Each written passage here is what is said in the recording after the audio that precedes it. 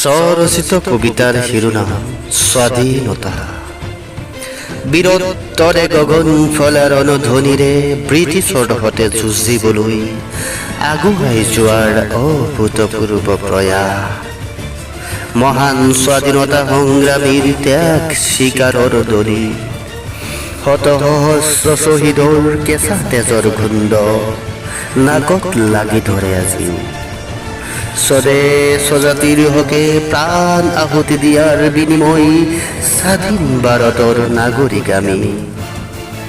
তেজৰ কুহে কুহে সোমাই আছে অশেষ বেদনা, সহিছে যাতনা অহিংসাৰে বশ কৰি সোণৰ মাতৃভূমিক দিলা উপহাৰ।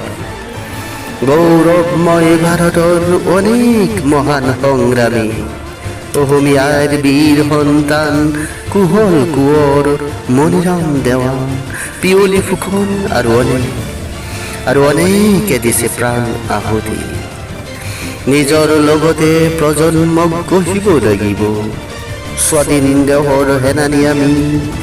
আছে আমাৰ জগত জিনাৰ অযুত সপোন, সূৰুজৰ প্ৰদীপ হৈ জ্যোতি বিলাই সহস্ৰ ভদা বিঘিনি নেওচি আগুৱাবই লাগিব। আজি অন্যায় অত্যাচাৰ হিংসা বিদ্বেষ দৰ্শন লুণ্ঠন শোষণক অগ্নিৰে দাহ কৰি প্ৰকৃত স্বাধীনতা কাঢ়ি লোৱাৰ সময় সমাগত। মোৰ প্ৰাণ টান কেৱল মাতৃভূমিৰ হকে। এতিয়াও বহুদূৰ বাট হৃদয়ংগম কৰিবই লাগিব শ্বহীদ বীৰৰ আত্মবলিদান। ধন্যবাদ।